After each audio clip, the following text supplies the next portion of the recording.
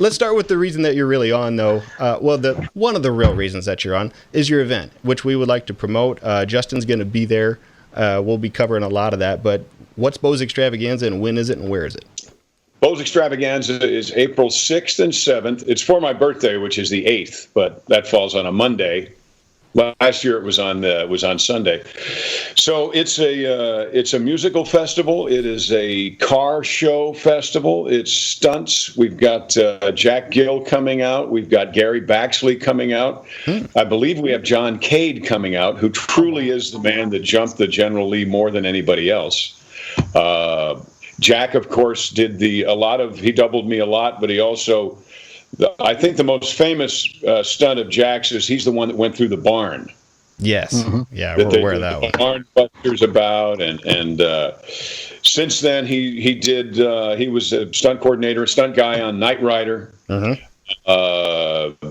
Fall Guy, and Fast and Furious. He's one of the guys in the last 4 or 5 episodes or movies of that. He's one of the coordinators on that movie too. So that franchise, it's pretty great. Musically, we've got Confederate Railroad. We've got Smith and Wesley. We've got Kid Rock. Kid Rock is coming in to do. Yeah, it's pretty great. He's a big Dukes of Hazzard fan. He's a car nut. He has one of my Bo's General Lee cars, and I did a hood slide contest for him at his fish fry a couple of months ago, and he had heard about the mess that was going on here at my place and said, if there's anything I can do to help, I will. And I said, well, there's your first mistake, because I'll answer that question. I would very much like you to come out, play an acoustic set, not the big show with all the bells and whistles. I want people to see Bobby, Kid Rock. And I want them to get to have an opportunity to see him like I see him. So that's what he's doing. That's pretty awesome. I'm jumping the car on Saturday. We've paved the road now, so there's no question about whether or not I'll be able to get up to speed. James Smith is going to do a barrel roll turnover on Sunday. And then we invited the Northeast Ohio Dukes, who were uninvited from Detroit. We invited them to come down and do the Smokey and the Bandit jump in honor of our dearly departed wonderful friend Burt Reynolds. So they're going to do that jump, and they're going for it. Raymond is just going to go for it on Sunday, hoping to get 200 feet. So it's going to be pretty wild. We got skydivers. We got everything you could possibly imagine. And I'm going to have fun. Hopefully I'll make it to April 8th, but if not, I'll die smiling. Which is the goal. I'm sure you will, and we've been following along, so we kind of knew what to expect. I wanted to hear what your jump is going to be, though. Are you jumping the Crown Vic generally? The Crown Vic, yeah. I'm jumping the Crown Vic that James made for last year. We had 2 of them last year, right? And he jumped one of them, and that's going to be here. It's going to be on the back of Cooter's tow truck. Cool. We already have 60, I think now 59, 60 General Lees registered for our car show, plus a bunch of other cars. But yeah, I'm going to do the jump because I don't want to break the car or me. I mean, 58 is up there. I don't feel 58, but I guess I am. I'm going to do a ramp-to-ramp jump, which is should make it so that the car will be fine, and so will I, unless I miss it. Yeah, if you miss it, none of those will happen. It's. I said the road is paved. The road is not paved. The road is a road, though. It's a crushed concrete, real road that you could probably squeal the tires on if you tried hard enough. So, and I've never done it before, so I'm excited. I'm a little worried, but I trust Jack. I trust James. They tell me exactly how fast to go and how far the car will go when I do that, and I'll just go for it. I mean, what the hell? Why not? Why not? Why not? It's my birthday. Bo Duke should be jumping his own car. That is true. So here's what we wanted to ask you. So we're going to come back to Bo's Extravaganza here in just a little bit. But and by the way, the flag will be on my car when I jump it. So that was question number 1. The Bandit jump that was uninvited from Detroit Autorama. We I'll preface this that we haven't spoken with them directly, but I think we know well enough that they kind of got a raw deal there, and we're a little blindsided. You have answered this question publicly a number of times. So what do you say when people say times have changed? You guys need to accept that to some people this flag on this car is not a sign of the times, but of racism. What's your answer? Well, I understand that the flag means different things to different people. But we have to accept that the flag means different things to different people. Just because it means something bad to you does not mean it means something bad to me. And it doesn't mean that I'm doing something bad when I fly it or when I have it on my car. We can't go back and change the Dukes of Hazzard because all of a sudden they say, oh, that's bad. Well, they could have just as easily said the color orange is bad.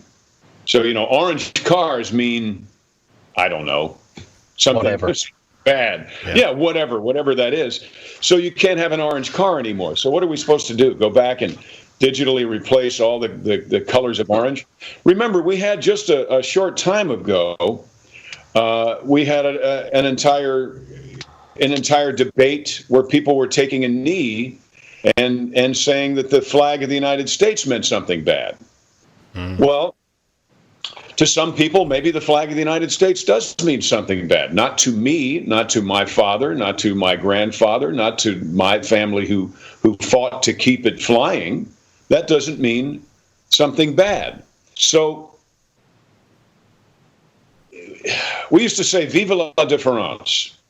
To each his own. It can mean whatever. If I wear Nikes and you wear Adidas, then it doesn't mean your Adidas offend me. It means I like Nikes better. I happen to be a fan of Mopars. I'm also a fan of Chevrolets. I love the Camaro. I love the Corvette. I like Challengers and Chargers better. It doesn't mean your Chevrolet offends me, but somehow we've gotten into this notion where if someone is offended, and everybody's offended by everything right now. You can be a professional offended person. Yeah, that is true. Yeah. And really, if you want to get down to it, freedom works both ways. So you can't put a governor on my freedom by exercising yours. And I can't do that either. I can't, John, because I have this stance, I can't go to you and say, well, you shouldn't have an orange car, you shouldn't have that flag or this flag or those shoes, because it offends me. We're just different. Yeah. Historically speaking, if there's one group of people who should be grossly offended by the flag of the United States, it's the American Indians. Yeah. Okay. They were systematically annihilated under that flag. I don't hear anyone complaining. I don't see anyone taking a knee. So I just don't get it. And I think we've gone way, way too far. We call the flag the wrong thing. It is not the Confederate flag. It's a battle flag. It was the flag of the state of Georgia for a while. Yeah, it was. So, does it mean that Charlie Daniels' record that had the flag on the cover is a racist record? Absolutely not. Does it mean that Leonard Skinner was trying to say something bad against African Americans when they had the flag on the cover of their album? Absolutely not. Does it mean we should go back and redesign the covers of those albums because it offends some people? Again, absolutely not. That's just how I feel. But I don't inflict or enforce that on anyone else. And there's a difference. Mm-hmm. And Uncle Jesse wouldn't either. I think if you just boil it down to what would Uncle Jesse say? If Cooter put the flag, and I believe in the history of the show, I believe it was Cooter that put the flag on top of the car. right? So if Cooter put the flag on top of the car because he was a racist, Uncle Jesse would have made us scratch it off with an emery board. Sure. Right? I think because Uncle Jesse named it. Yeah. Human being in the world, it's Uncle Jesse. So I'm looking forward to the time when we get over this. I personally believe that you cannot achieve anything by being against. I believe the only way you can achieve something is by being for.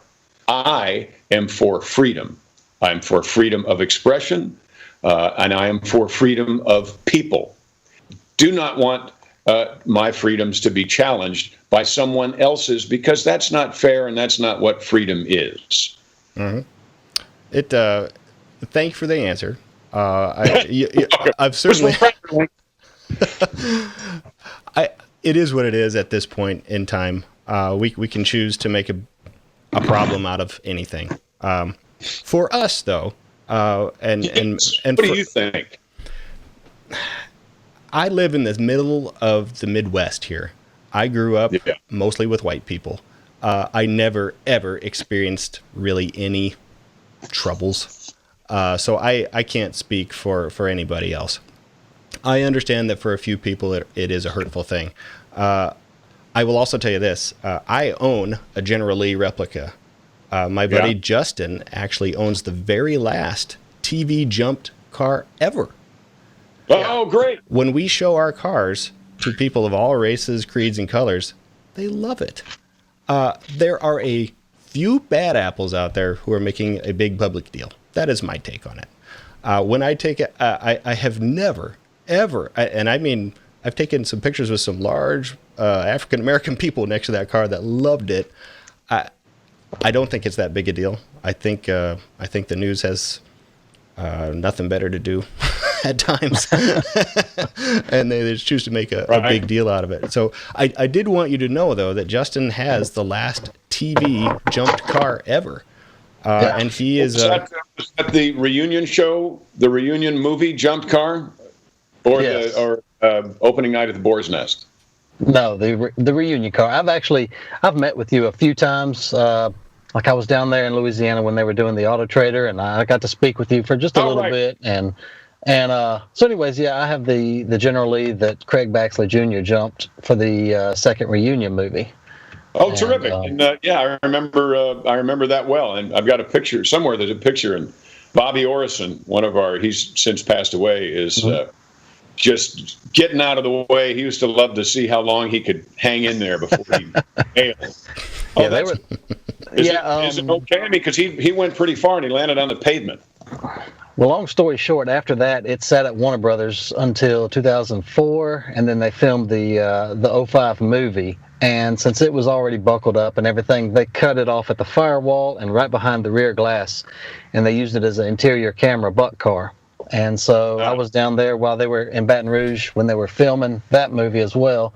And so I got to meet a lot of the people, and it went back to California, went to auction, changed hands a few times, and I knew what the car was. So I was able to make a deal and get the car, and I do auto collision repair, so I'm putting the car back together. It's going to be a major undertaking, but so anyways, I'm putting it back the way it was from the 97 reunion movie. And I think I'm not going to do the full cage like it was in the 2000 reunion. So I'm putting it back the way it was first seen on TV. So, but that was one thing I wanted to ask you about. I've seen all of your behind the scenes with Bo on the that you did on the 97 reunion.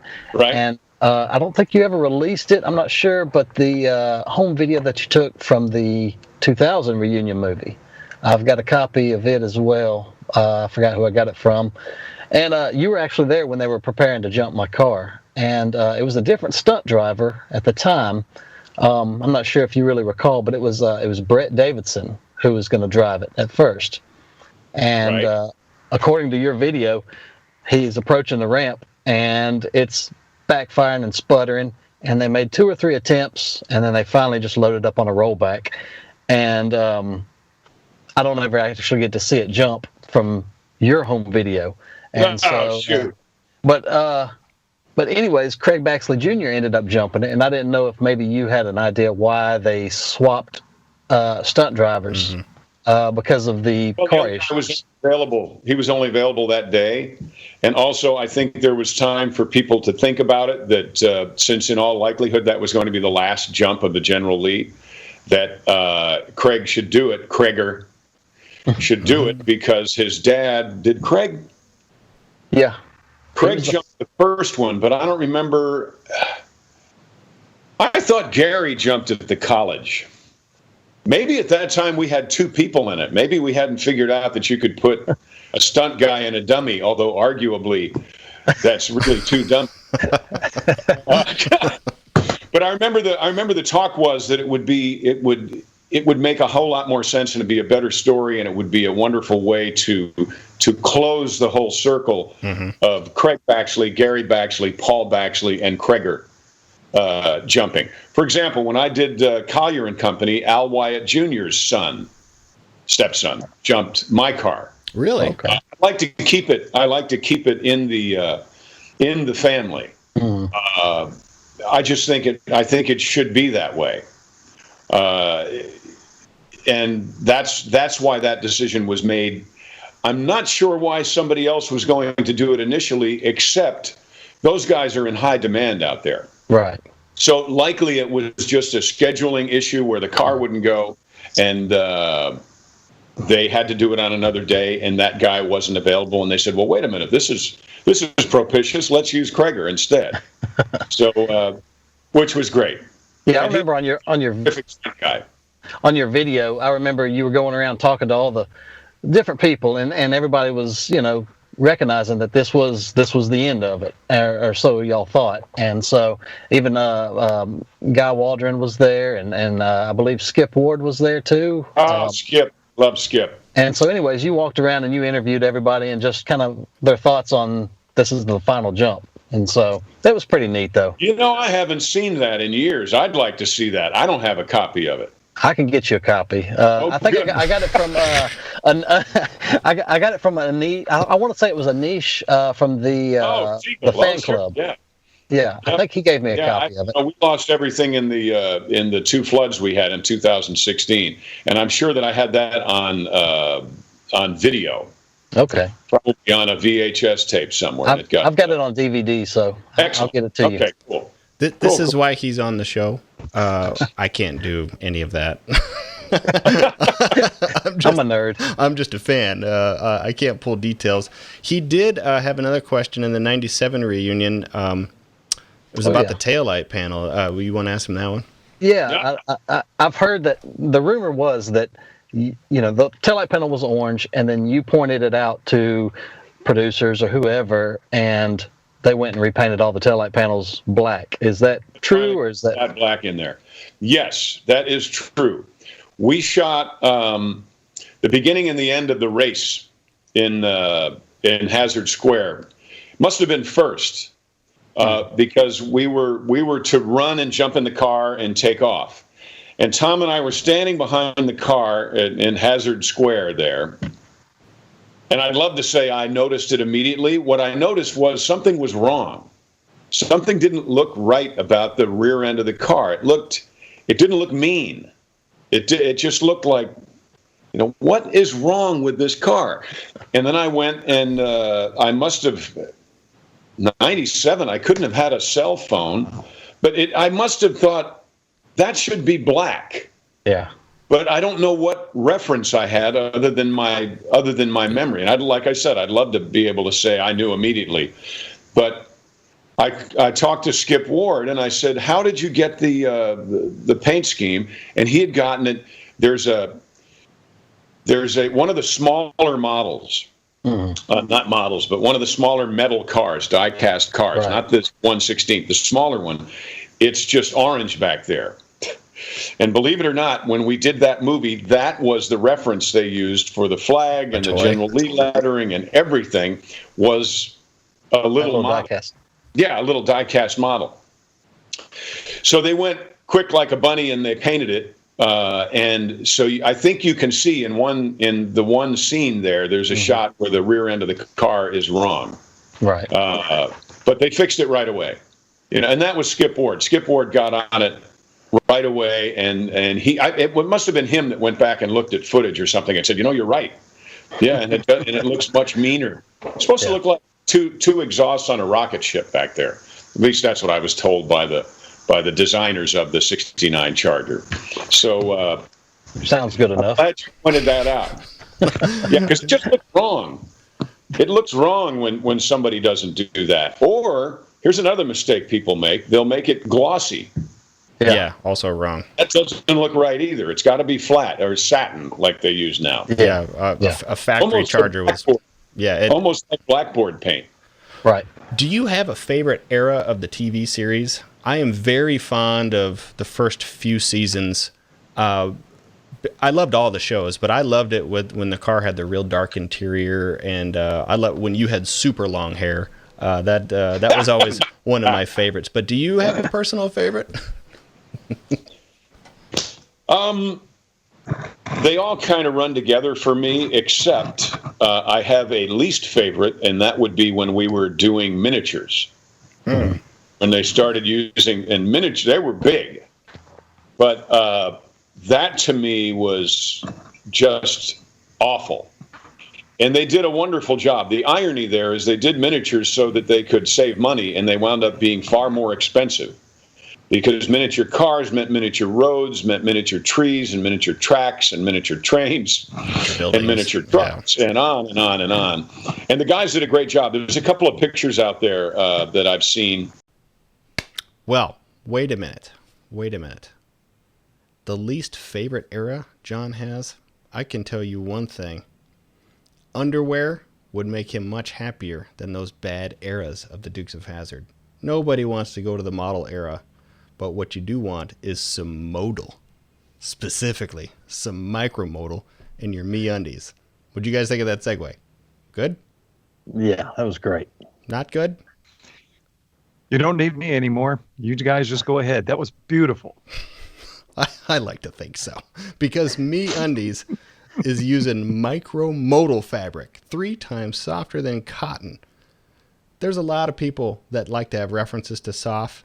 Like I've been told to compare Bob Ross's voice to the sound of how Gilbert Gottfried. No, that's terrible. I don't want to use this copy. I want to use what we have to say. You know what we say on our show? These things feel good downstairs. They feel good.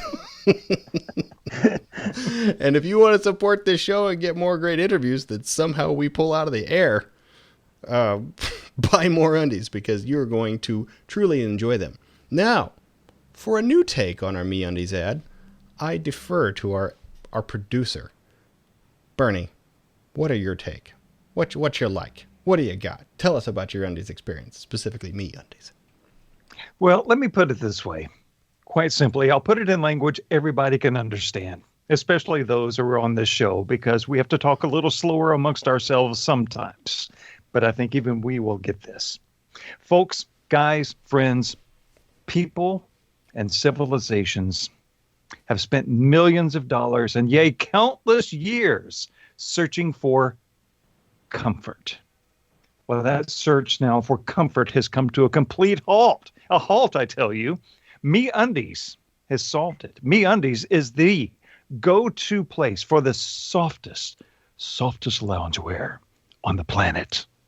Rob, even on your side of the Mississippi, you won't find anything more comfortable than your pair or pairs or boxes or drawers of MeUndies. Corndog, even on your side of the Mississippi, you won't find anything more comfortable. You could reach across to each other's sides of the MeUndies universe in the river-wide Mississippi and not find anything as comfortable, yea, as soft, softer than Mississippi mud, MeUndies, on either side of whatever it is you're sitting on at this time. Hang out in their super comfy lounge pants and onesies. Yes, MeUndies has onesies, and they are incredible. Take my word for it. Take their word for it. Take your own word for it. MeUndies, the softest thing your Mississippi mud hands will ever encounter. Your thoughts on their adventurous prints there, Burton? Do you like them? Prints are the expression. Yeah. Prints are the expression of a straight line, only more squiggly, only more interesting, only more comfortable when they're applied to MeUndies. Myself have a pair of printed MeUndies, and I wear them often, probably more than I should, to places I probably shouldn't, but I do, and I do it proudly. MeUndies and my prints go practically everywhere. Certainly within the confines of this domicile, MeUndies and me are one. You can count on it. Shall I pan down, or shall I leave that to the internet imagination? We're going to roll the corn dog, I think.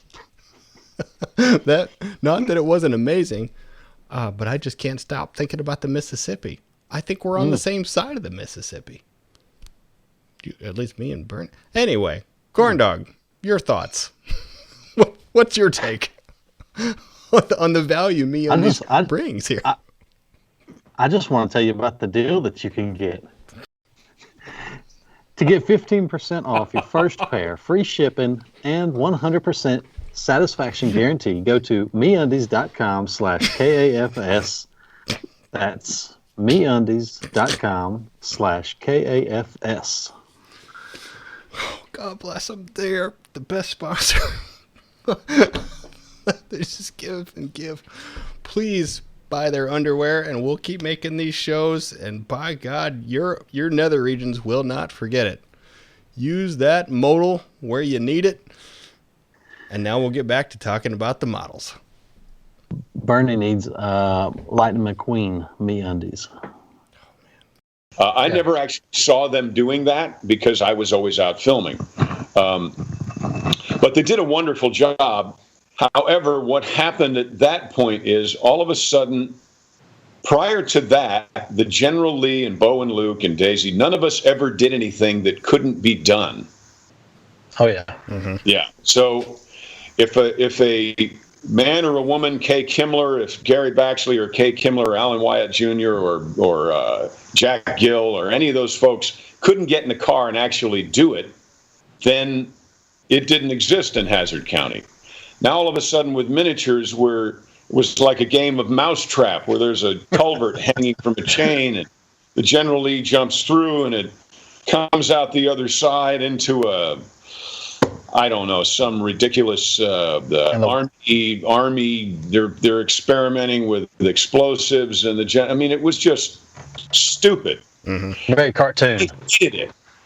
We hated it. So that I didn't like, obviously, and I think a lot of that was during the Coy and Vance era. I think it was just the last season 7.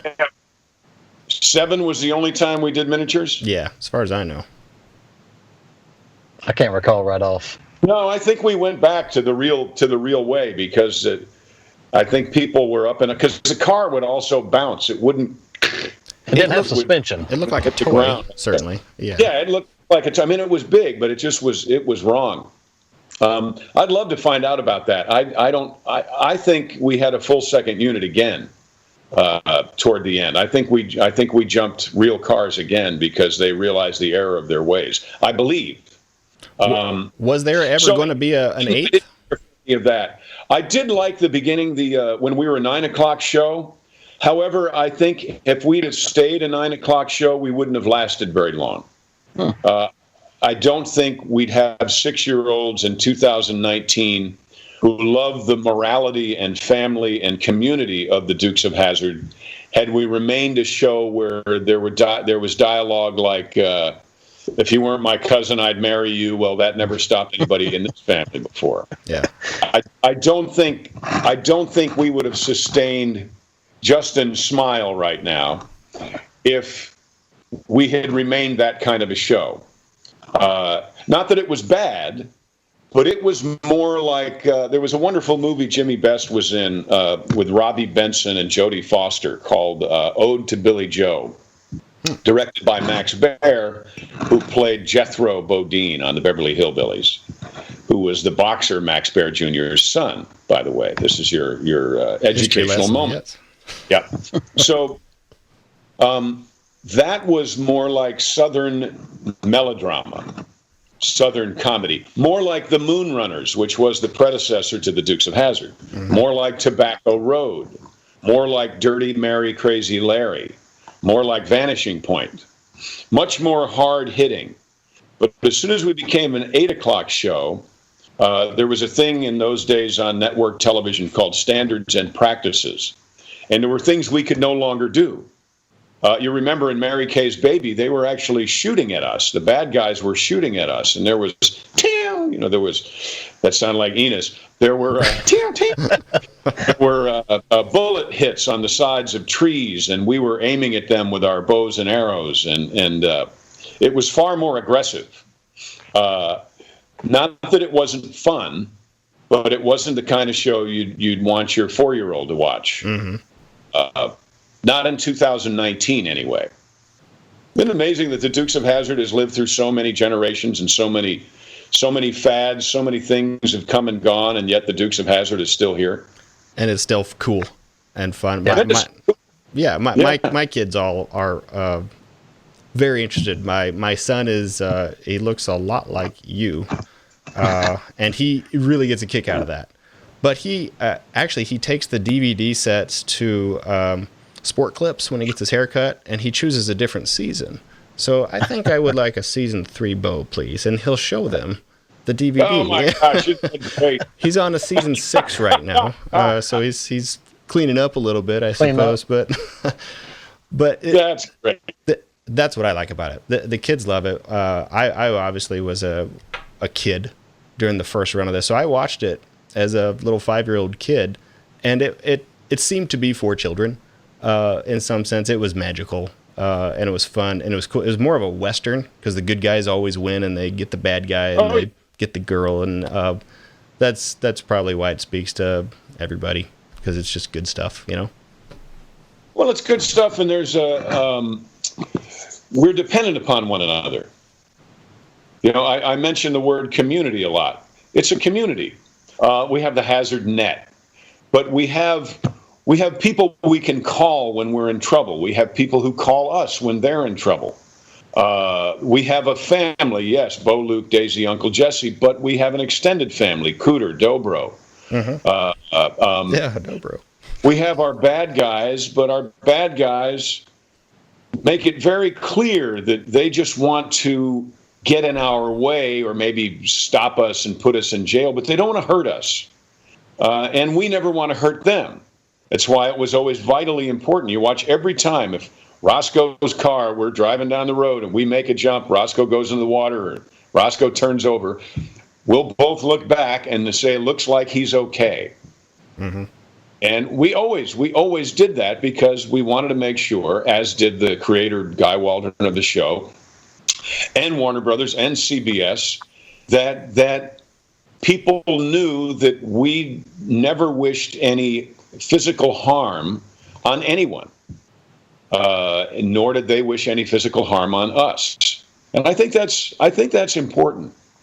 Because yes, it was fun, but we all depended upon our relationships with one another. And that's something that, people are all like this in their phones now, and they forget that there are even other people around. Mm-hmm. And it's sad. I went to a place the other day and I thought, my God, this is amazing. Their advertising was on the floor. It wasn't on the wall because nobody looks at the wall anymore. Pretty smart. So the ad, they go, oh, and then they back to their phone and, oh, look at that. I mean, my God, what in the world has happened? Right. So in Hazard County, we depend upon one another. We depend upon old relationships, old friendships, and new ones. And I think that's vitally important to continuing to be people who aren't offended by every damn thing that comes their way. I'm from New York. I'm a professional offender. What can I tell you? Well, so we're aware of that. I had a question for you. I don't know if this gets asked a lot. I think you went through a pretty major physical transformation, didn't you? In your high school years, weren't you a shorter, more heavy-set person? I was the same height. I couldn't do anything about my height. I'm 6'3". Oh. So I was, but when I was in 9th grade, I weighed close to 250 pounds, which actually doesn't sound like that much, but I've got, as Wopat would say, thin pins. I have my dad's legs. So all my weight was from my waist up. So at 16, I had a 44-inch waist, and at 18, I had a 34-inch waist. So Bo Duke had a 34-inch waist. John Schneider, 2 years prior, had a 44-inch waist. So, yeah, it was a pretty major physical transformation. And that happened as a result of my brother, who now has a 44-inch waist, saying to me one summer at Six Flags after I had my third or fourth slice of pizza, so I guess you decided to throw that whole movie star dream right out the window. And I said, no, what are you talking about? And he said, well, how many obese movie stars do you know? I thought,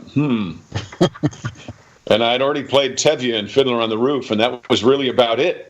You know, Zero Mostel was about the only one you could go for. John Goodman hadn't even done his first acting job yet. Right. So he was right. And from that moment, I finished that piece of pizza. And 2 months later, I went on a diet. I went on this low carbohydrate diet.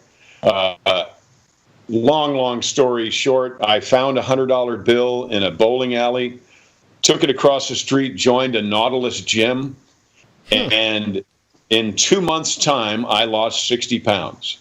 So I went from playing Tevye in Fiddler on the Roof in 9th grade to playing a shirtless Sid Sorokin, I think is how you say his last name, in a musical called Pajama Game in 10th grade. So it was an amazing transformation, and I've kept it off most of the time ever since. I still do P90X. I work out every morning, unless I'm out on the road, and then I try, but it doesn't work anymore. But I've kept it off, and I feel great. You look good, and that's the greatest part about when we go to events. You'll pretty much look the same. So good. It really works out great.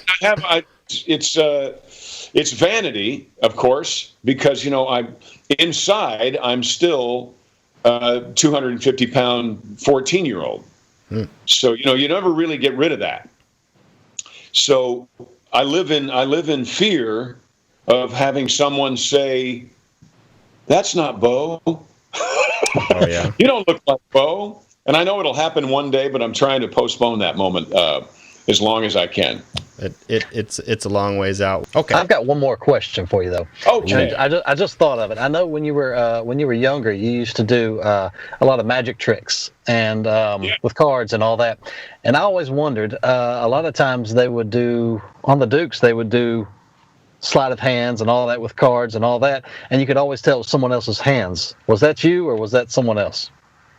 It'll be another character. As memory serves, 2 of the times it was me. I think I did Denver. I think one of the times, I tell you who was the greatest sleight of hand I'd ever seen, and I was pretty darn good. But the Jeff Altman, who played Huey Hogg. Really? Oh my God, he was, and I hopefully he's still around. I've never seen magic, close-up magic like he could do, and I hung out with the best of the best. So one of the times when it's Boss Hogg, because Jeff has shorter, fat little fingers, right? Short little fatter fingers. He did that, and I was just amazed. It was like I wanted to break my fingers after I saw that. But yeah, I did Denver. I can't remember what show it was. I think they were reminiscing about the Black Tilly and about the good old days, and that was fun. Or it might have been in the Western. We might have played poker in the Western. Go West, Young Dukes. You're gonna have to check that. But that would have been me doing a Pharaoh shuffle and fun stuff. I always wondered if that was you that did it because I knew you did the card tricks and stuff. So. Good point. Yeah, I did some of it, but as soon as Jeff Altman, when Jeff was there. He did it. He do it because he was more amazing than I. I have a follow up then, not from that, but I asked Tom this. The way he gets in the passenger side is very unique, very athletic. He gets his hand up on the windshield.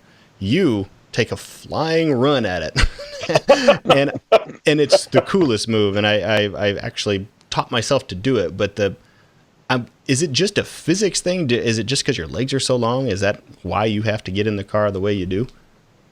Yeah, I that kind of evolved over time. I've got long arms, so I would jump up and then at the same time grab the kind of the C I don't even pillar. know what you call it. Yeah. It's not a, is it? The Cell what panel. do you call that? Back there by the back window. Yeah. Cell panel. I couldn't do it in a Daytona.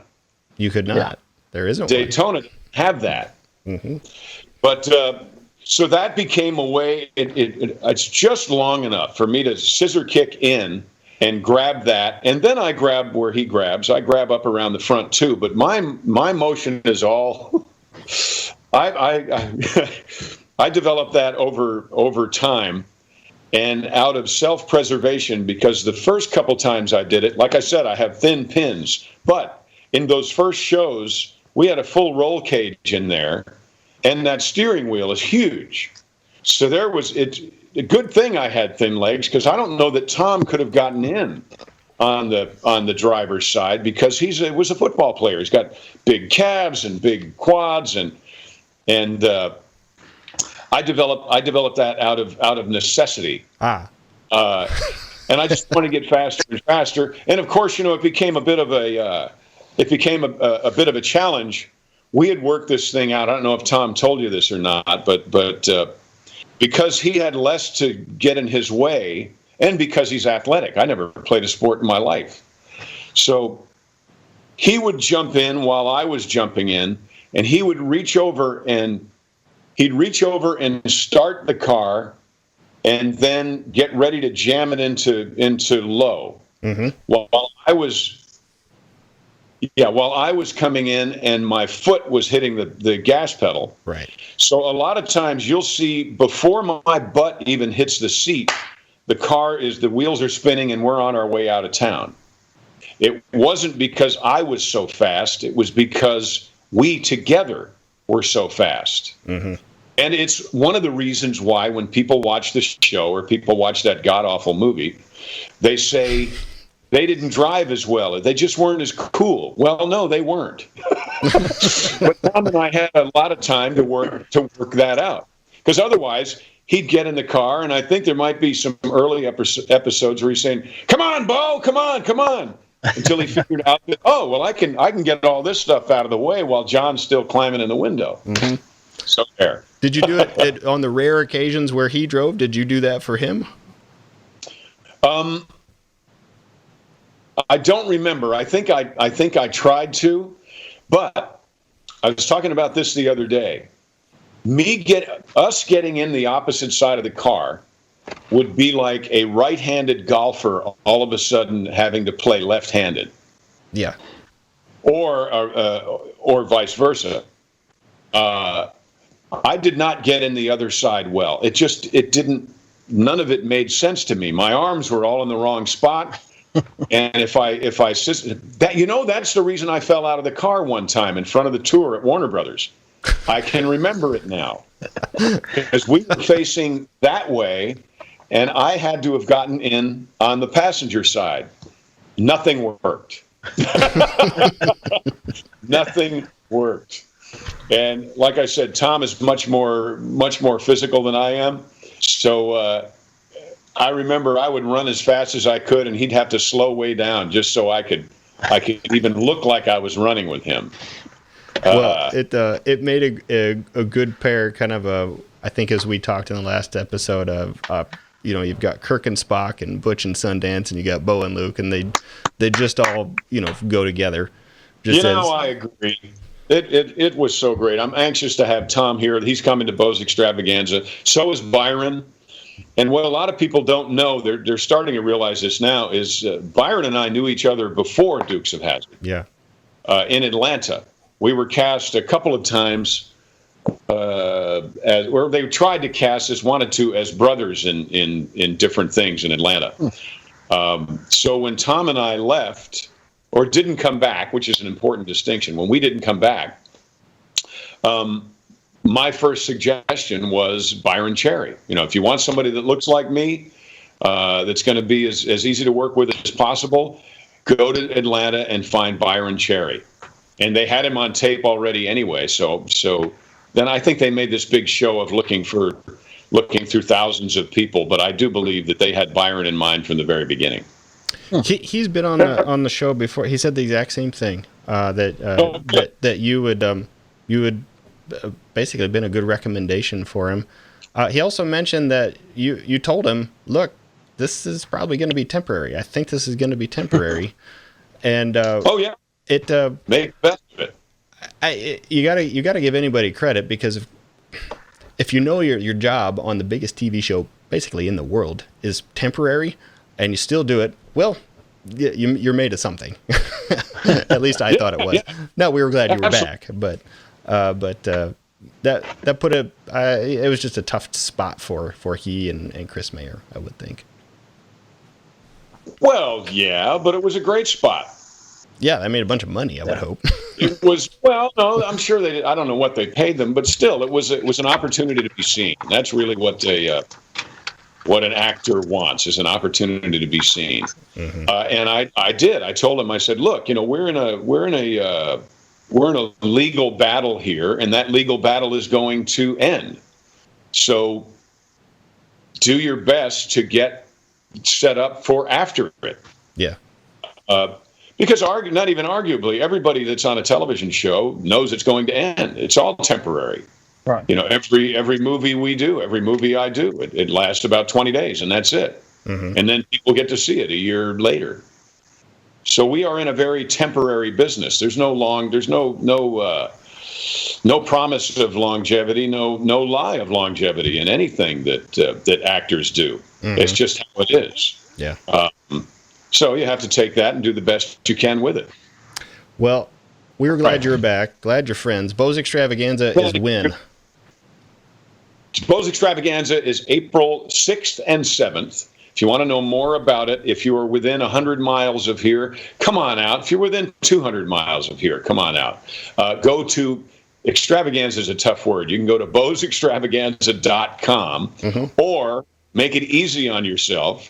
Go to the App Store and download my free app. It's called John Schneider. Get my free app. It'll take you to Bo's Extravaganza, take you to the new music, take you to the old music, take you to the movies, hats, T-shirts, the whole thing. So do that, and do that right now, everybody. That way you can find out exactly where I'll be. Like, I'm going to Omaha this weekend. You can come to Bo's Extravaganza. You can go to the concerts as I travel around the country. Not with the ones who are starting in Bakersfield, by the way. Or where? Yeah. What? I mean, come on. Anyhow, no balls, no bow. If you don't know what that means, look it up on YouTube. Yeah, we saw it. Right. And hey, by the way, that was how can I put this?